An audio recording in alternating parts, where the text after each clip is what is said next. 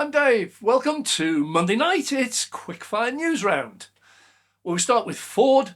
Oh, they've announced a huge increase in the number of EV sales for March, but it's only because January and February was so pathetic. Total Q1 2024, they sold 20,000 EVs. That's it. Stock levels remain amazingly high despite heavy discounting. The dealers are seriously overstocked. They're now storing cars. Ford Ranger launches after a 6-month delay to swap batteries over to LFP. Whoa, they are so much cheaper, but they're also lower energy density and slower energy release. This may not be the best vehicle to switch to LFP, but for them, the lower cost is so attractive. They simply lose less money for every LFP EV they sell. But I say again, 20,000 total EV sales for the first quarter for Ford. General Motors, no better. They're a quarter of the way through the year of execution, where all their past plans of factory builds and people and everyone all concentrate on EV sales. They're targeting 300,000 EVs. Well, that's already down from the original target of 400,000 they announced last year for 2024. But even that 300,000 is actually 200 to 300,000. But they've sold, well, 16,400 EVs in the first quarter. So 25% gone, 5% achieved. Well, the execution could well be for Mary Barra, for all her promises coming to nothing. Could even be for the group. Well, they've just learned that their joint ventures in China are not selling at all, and that the Chinese brand they've jointed with is ditching them. Oops, looks like that market's now gone, and there's little happening in America. What next, Mary? Well, a group of the top 11 EV manufacturers in America. This includes BMW, Ford, General Motors, Hyundai, Mazda, Mercedes-Benz, Nissan, Subaru, Toyota, VW and Volvo. They sold a combined total of 102,000 EVs in Q1 2024. That's 18% more than last year. Tesla bitterly disappointed the markets with a dismal 386,000 EVs, all on the little lonesome. Only 2 of the 11 broke the 20,000 barrier. That's Ford, and the winner was Hyundai. Is it not sad that Ford are being outsold by a foreign company and an upstart EV company which everyone wrote off as going bust? Maybe they should all look a bit closer to home. Well, the EV world market is dominated by BYD and Tesla, with Chinese companies taking up the chase. Tesla 386,000 Q1, BYD 300,000, Geely, Volvo 149,647, SAIC 149,290, VW Group 136,949. Well, VW show a remarkable entry into that top league, but it's likely to be short-lived. They have a lot of joint ventures in China. Like GM, those are falling apart. Sales are down. Nobody's buying them. The Chinese host is now laying off huge numbers of VW staff. Looks like China is going to be off limits to them too. And the only company succeeding in China is the one that the US president can't bring himself to mention. Neither will I. Well, Ford's top executive in Europe abandons ship and leaps onto the VW boat, which seems to me to be barely any higher in the water. Martin Sander moved into Ford in 2022, where he worked hard to get Ford ready for an entry into the EV world. But it seems, well, no one was listening to him. He's now decided, that's it, enough's enough. He's jumped ship. Well, Volvo are taking a novel approach, at least with the timing.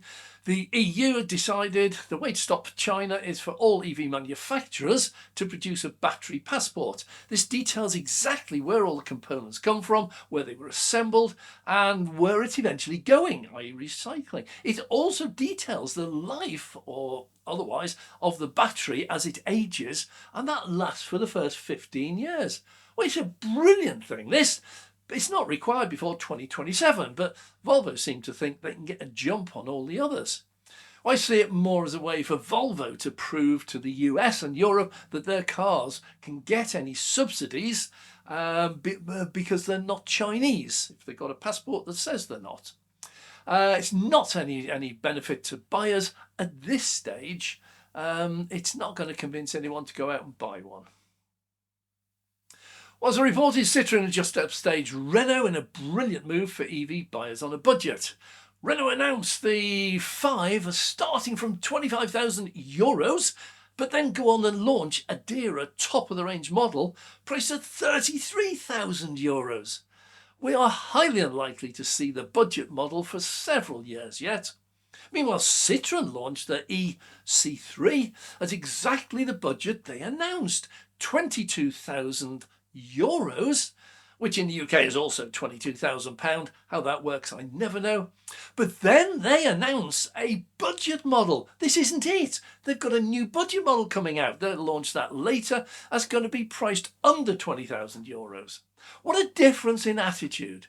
But even more interesting is the release version is not full of tech and goodies and everything else. It's just the basics. It's a comfortable, nice, smooth, quiet car, plenty of room. It's great.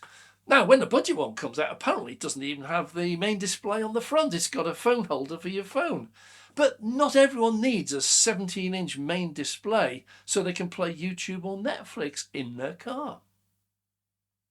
Rumours arrive that Tesla is about to launch a collection of budget cars prior to the launch of Model 2, probably based on the Model 3 and Y, but with smaller batteries and fewer included features. It will sell. If it's cheaper, it will sell. But you can also bear that some of those missing features will be offered as an extra cost upgrade in years to come. Rumours also abound that they will not release the Model 2, but switch everything over to Robotaxis. Well, our business model makes a lot of sense. In the cities, we now commonly see electric bikes and scooters standing on the pavement so that commuters getting off buses or trains can just hop on and scoot home the last mile or so. Would it be so different if they parked a few dozen robotaxis outside each station for those who prefer to sit in a car or for when it's raining? Great idea, screwed up totally by the rail operators who seem to think that charging £85 for a single ticket to cover 200 miles from Preston to Bristol is all right, while I could easily jump on an EasyJet and fly to Rome for, well, I was going to say less, but it's much less. How can an aircraft that has to pay airport duties, custom duties, and buy aviation fuel, which is expensive, and fly 1,320 miles cheaper than a train that runs on rails and only needs electricity? Well, beats me. Oh, unless it's profit for the operators. Forget I said that.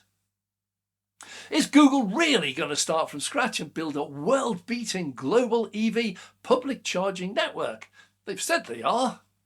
Well, Apple had a dabble in EVs and failed miserably, losing billions in the process. Now they're off on a search to develop AI that can work in EVs that someone else has made. Well, great theory, but Tesla is taking simply ages training their AI, Dojo, by showing it billions of hours of videos of people driving. Seems repetition is the key. After watching a mere million or so miles, apparently the AI seems to suddenly learn and then doesn't need the videos anymore and then outpaces any training before finally no longer needing anything. It's off on its own.